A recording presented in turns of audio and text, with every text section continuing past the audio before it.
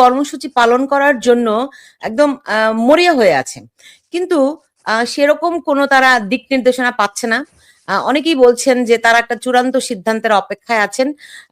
কি সেই চূড়ান্ত সিদ্ধান্ত যদি আমাদেরকে একটু ধারণা দিতে পারতেন। ধন্যবাদ আপনাকে সুলতান আপা। আপনার সাথে এই বিষয়টা এখন বহুল আলোচিত, কারণ এই বিএনপি সরকার তারা ক্ষমতায় এসে আমি যে বিষয়টা এভাবে দেখি সেটা হলো কি, যে তারা ইউনূস সরকারের যে অবৈধ দখলদার ইউনূস সরকারের কার্যক্রমের ধারাবাহিকতাটাই রক্ষা করে যাচ্ছে। তারা আওয়ামী লীগের মতো বাংলাদেশের সবচেয়ে প্রাচীন, সমৃদ্ধ, ঐতিহ্যবাহী একটি দল, সেই দলের কার্যক্রমকে নিষিদ্ধ করেছিল এবং নির্বাচনে অংশগ্রহণ করতে দেয়নি। সারা পৃথিবী থেকে রব উঠেছিল যে ইনক্লুসিভ পার্টিসিপেটরি একটা ইলেকশন হওয়ার জন্য। তো দেখা গেল যে এই ইউনূস সরকার সেটাকে কোনো পাত্তা দেয়নি। ফলে এক পেশে একটি নির্বাচন অনুষ্ঠিত হয়েছে বিএনপি জামাতের মধ্য দিয়ে। তারা মুদ্রার এপিঠ এবং ওপিঠ, অন্য যে নিবন্ধিত যে রাজনৈতিক দল সমূহ তাদের অধিকাংশকেই এই নির্বাচনে অংশগ্রহণ করতে দেয়নি। ফলে তারা পার্লামেন্টে এসে যে এই অধ্যাদেশটাকে এখন আইনে পরিণত করলো এবং সন্ত্রাস দমন আইনের 2টা সংশোধনী অতিরিক্ত যুক্ত করা হয়েছিল। আমি যে বিষয়টা মনে করি সেটা হচ্ছে যে এটা সকলেরই এরকম একটা ধারণা ছিল যে এটাই হবে, এবং তাই হয়েছে। কারণ বিএনপির জন্মের পর থেকে তাদের যে ইতিহাস ঐতিহ্য সেটা ভিন্ন কোনো মাত্রা দেয় না। দলের পক্ষ থেকে আমি আওয়ামী লীগ সভাপতি জননেত্রী শেখ হাসিনা, উনি ওনার যে বক্তব্যে গত দুদিনে যে স্পষ্ট একটি বার্তা দিয়েছেন যে আওয়ামী লীগ এটাকে পরোয়া করে না, কেয়ার করে না। আর আওয়ামী লীগের যে শক্তি, জনগণের যে শক্তি, সেই শক্তি দিয়েই এটাকে রুখে দেওয়া হবে। এবং এই যে আজকে আইনে যেটা পাশ করা হলো সেটা যারা করলো তারাও এর খেসারত দিতে হবে ভবিষ্যতে। কারণ গণতন্ত্রের প্রধান মূল বিষয়টা হচ্ছে যে বহুমত বহু পথের প্র্যাকটিস, গণতান্ত্রিক প্র্যাকটিস, এবং জনগণের মতামত প্রতিফলিত যাদের উপরে হবে তারা সরকার চালাবে। এটাই নিয়ম প্রতি 5 বছর পর পর। তো এই যে একটা পথকে রুদ্ধ করে দেয়া হলো, আমি মনে করি যে এটা একটি সুদিন ফিরিয়ে আসলে আদালত আজকে মানে দখলদারদের হাতে, বিচার ব্যবস্থা নাই বললেই চলে, পুলিশি ব্যবস্থা ভেঙে পড়েছে। সেক্ষেত্রে যে কোনো একজন আইনজীবী যদি এটাকে রিট করেন আদালতে, সংবিধান পরিপন্থী, গণতন্ত্র পরিপন্থী এ ধরনের কোনো ধারা সেখানে টিকবে না। ফলে সেই দিন আমি মনে করি যে খুব বেশি দিন আওয়ামী লীগের নেতাকর্মীদের জন্য অপেক্ষা করতে হবে না।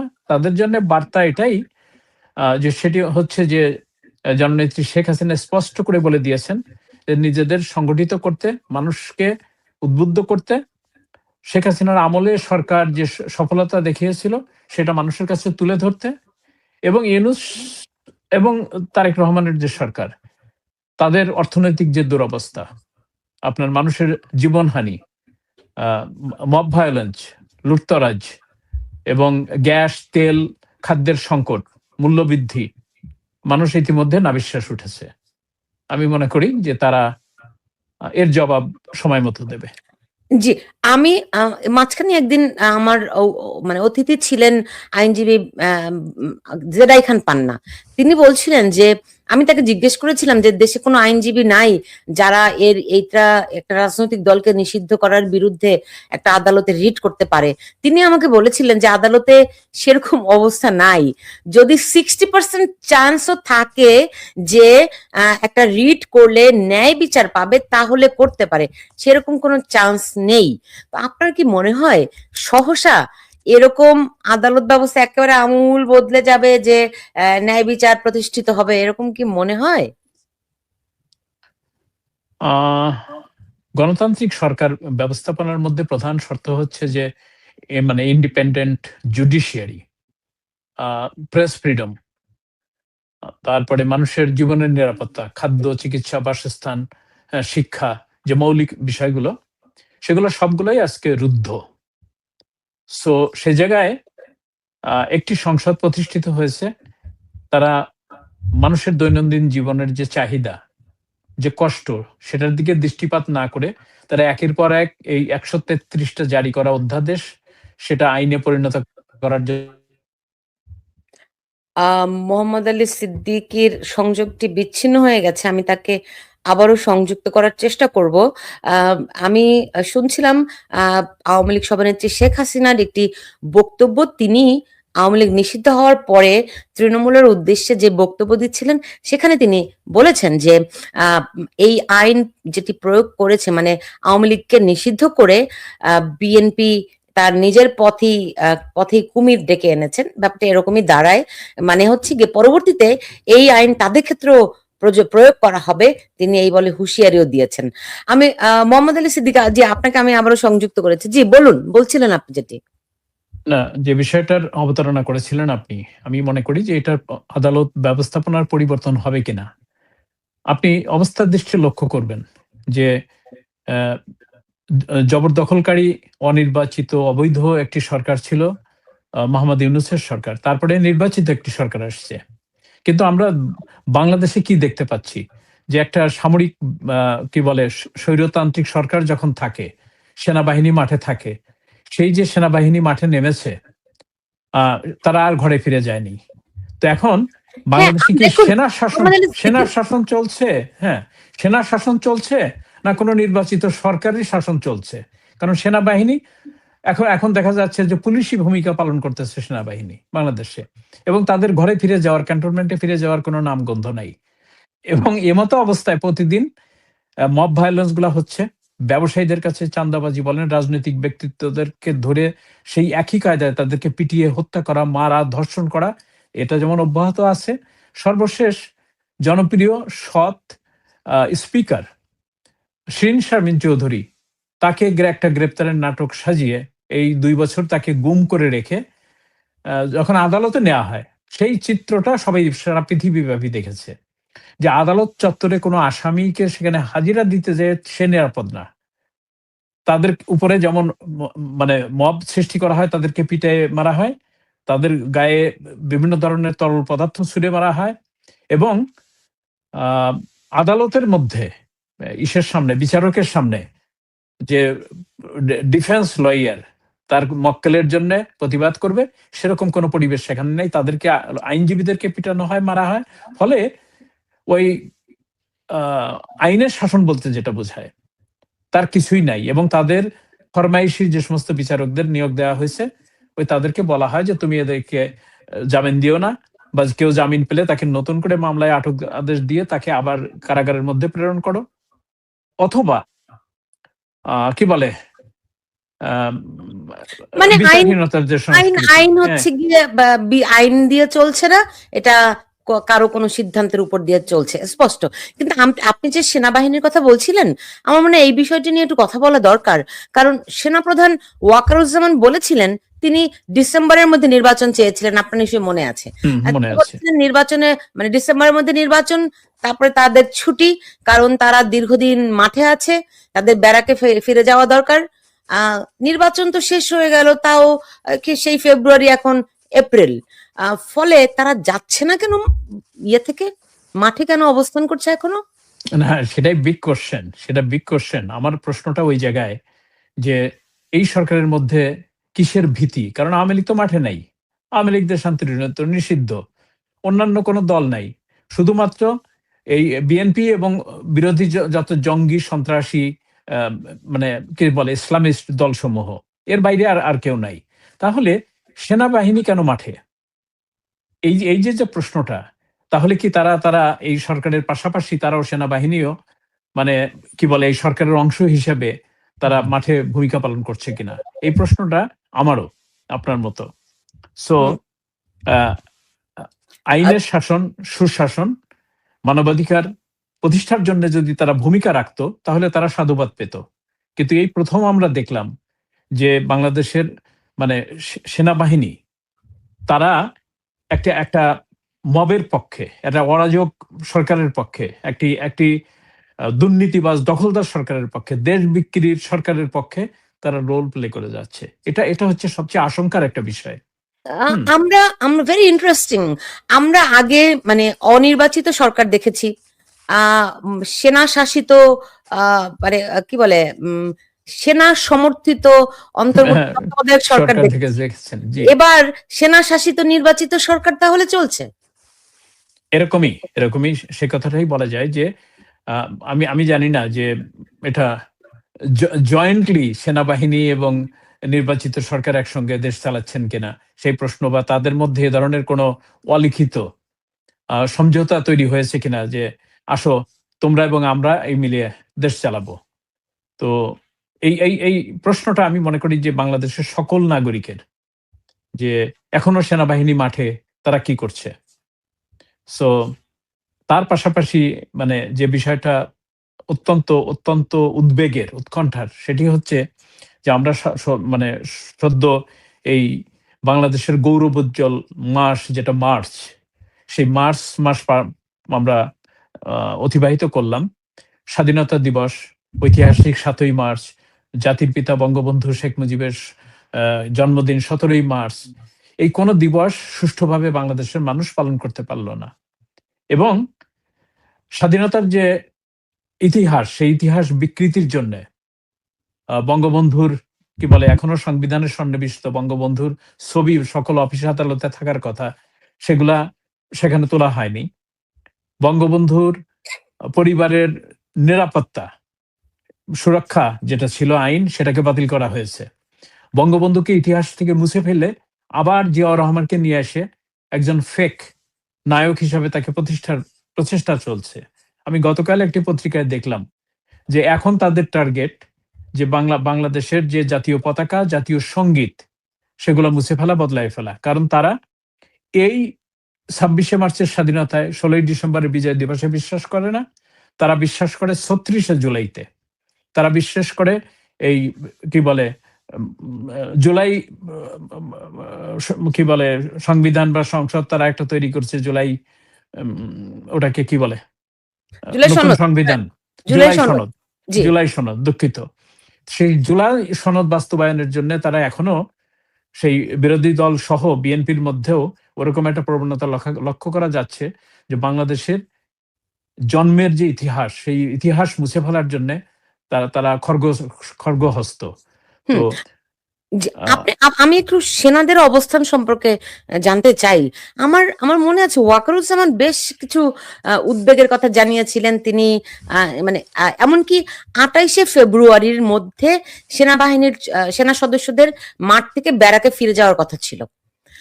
নির্বাচন হলো তো ১২ই ফেব্রুয়ারি, আর সেনা সদস্যদের ব্যারাকে ফিরে যাওয়ার কথা ২৮ ফেব্রুয়ারি পর্যন্ত। আপনি আজকে বিষয়টা তুলে ভালোই করেছেন। এটা অত্যন্ত আমার মনে হয় খুবই দুশ্চিন্তার বিষয় যে তাহলে কি ওই সেনাবাহিনী, ওই যে সেনা সমর্থিত নির্বাচিত সরকার, এটা একটা মানে এইটা নতুন বাংলাদেশ আগে হ্যাঁ, কখনো দেখেনি। দেখুন, জি, ঠিক আছে সেনাবাহিনী মাঠে আছে, তারপরেও আপনি দেখেন কুষ্টিয়াতে একজন কথিত পীর বা একজন সাধককে কালকে পিটিয়ে মেরেছে। কই আইন শৃঙ্খলার তো কোনো উন্নতি হয়নি, মব ভায়োলেন্স বিভিন্ন জায়গায় সমানে চলছে। তাহলে এই সেনাবাহিনী বা কি করছে?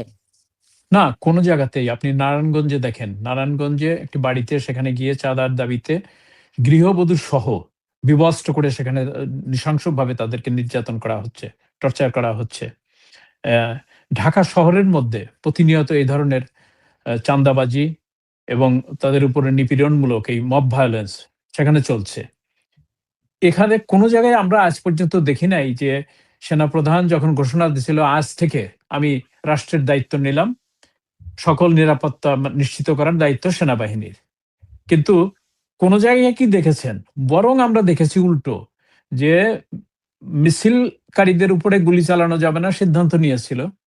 তারাই গোপালগঞ্জে প্রতিবাদকারী জনতাকে সেখানে বঙ্গবন্ধুর সমাধিসৌধে আক্রমণের জন্য যখন সেই এনসিপি নামক দল সেখানে সেনাদের নিরাপত্তা নিয়ে সেখানে যায়, সেই সেনাবাহিনী পাখির মতো গুলি করে সেখানে হত্যা করে।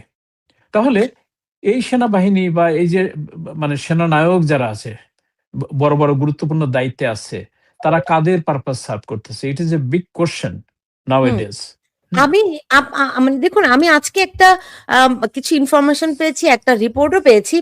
সেই রিপোর্টটি আমি আপনাকে কয়েকটা লাইন একটু পড়ে শোনাতে চাই। সেখানে তিনি এই রিপোর্টটিতে আপনার ওনার নাম, উনি একজন সিনিয়র সাংবাদিক। তার নাম আমি নামটা একটু বলে নেই, কারণ ওনার প্রতিবেদনটি আমার কাছে খুব ইন্টারেস্টিং লেগেছে এবং খুবই তথ্য ভিত্তিক তার রিপোর্টটি।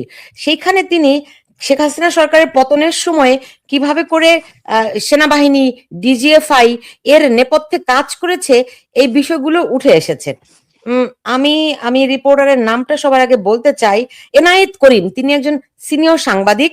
তিনি যে বিষয়টি তুলে ধরেছেন আমার মনে হয় খুবই গুরুতর, এবং তারা এগুলি এখনো চলছে। সেখানে এনায়েত করিম বলছেন যে শেখ হাসিনা সরকারের পতনের নেপথ্যে সেনা ও ডিজিএফআই কর্মকর্তাদের সংশ্লিষ্টতার অভিযোগ, ঢাকা জুড়ে স্নাইপার মোতায়েন, অবসরপ্রাপ্ত সেনা কর্মকর্তাদের মিছিল, গোয়েন্দা যোগাযোগ, এসব নিয়ে বহুমুখী প্রশ্ন তিনি তুলেছেন।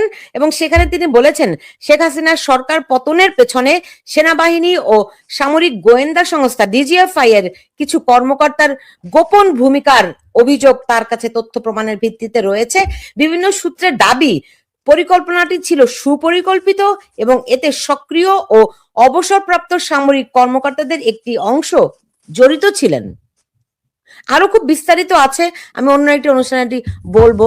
তো বিভিন্ন সময় ইভেন আমার এই অনুষ্ঠানে আওয়ামী লীগের সাধারণ সম্পাদক ওবায়দুল করিমকে আমি এই প্রশ্ন জিজ্ঞেস ওবায়দুল কাদেরকে আমি প্রশ্ন করেছিলাম যে সেনাবাহিনীর ভূমিকা কেমন ছিল এবং তারা কেন রাজনৈতিক ভাবে মোকাবেলা করতে পারলেন না। তিনি আমাকে বলেছিলেন যে তিনি সরাসরি সেনাবাহিনীকে অভিযুক্ত করেননি, কিন্তু তিনি বলেছিলেন যে যুদ্ধের ময়দানে মির্জাফরও তো খুব কাছের মানুষ ছিলেন নবাবের, এবং তিনি তো নীরবেই দাঁড়িয়ে থেকেছিলেন। না, আপনি যথার্থই বলেছেন যে রিপোর্টের কথা বললেন। আমার কাছে এই বিষয় সংক্রান্ত আরো কিছু তথ্য আমার কাছে আছে। আমি শুধু আপনার কাছে একটু স্মরণ করিয়ে দিতে চাই দর্শক শ্রোতাদের জন্যেও। সেটি হচ্ছে যে আমাদের সেনাবাহিনী কি ভূমিকা পালন করেছেন, এবং বিশেষ করে রিটায়ার্ড আর্মি অফিসাররা তাদের যে ভূমিকার মধ্যে আমরা লক্ষ্য করেছি যে মানে ৪ঠা আগস্ট এবং ৫ই আগস্ট তারা যে ভূমিকা পালন করেছে, এবং সেখানে যারা বিক্ষোভকারী, সেই বিক্ষোভকারীদেরকে ওয়েলকাম করেছে। যা এই প্রত্যেকটা সেক্টরে, মানে রোড পয়েন্টে, এন্ট্রি পয়েন্টে একজন ব্রিগেডিয়ার জেনারেলকে দিয়ে দায়িত্ব দেওয়া ছিল।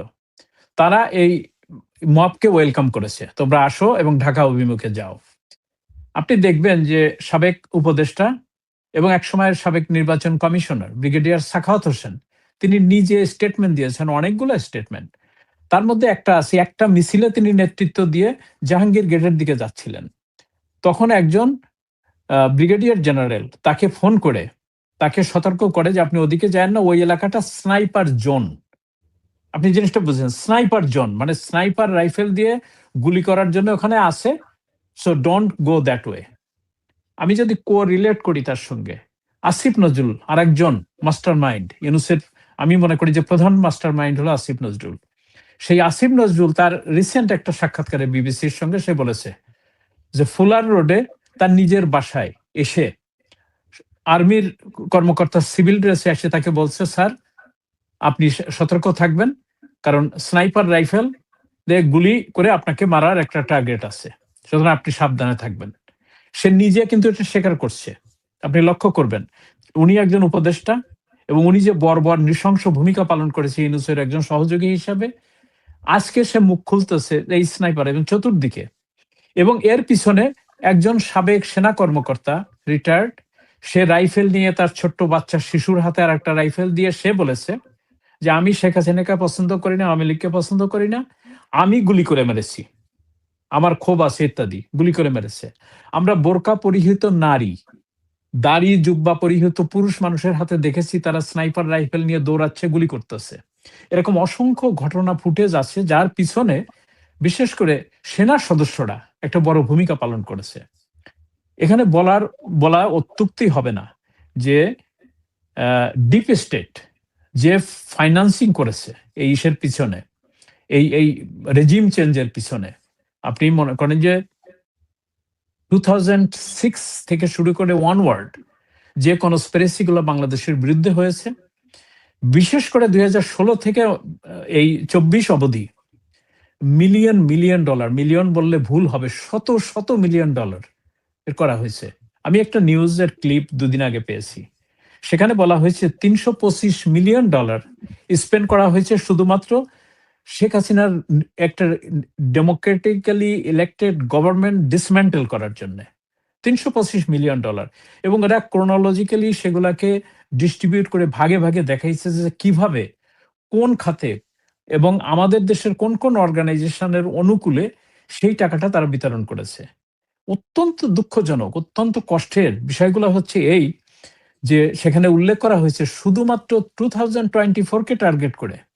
2024 মানে এই বছর এই নির্বাচনে 7ই জানুয়ারি যে নির্বাচন হলো, সেই নির্বাচনে আওয়ামী লীগ আবার পুনর্নির্বাচিত হয়ে সরকার গঠন করলো। আমার কাছে একটা নিউজ ছিল যে এই সরকার 6 মাসের বেশি ক্ষমতায় থাকতে পারবে না, থাকতে দেওয়া হবে না।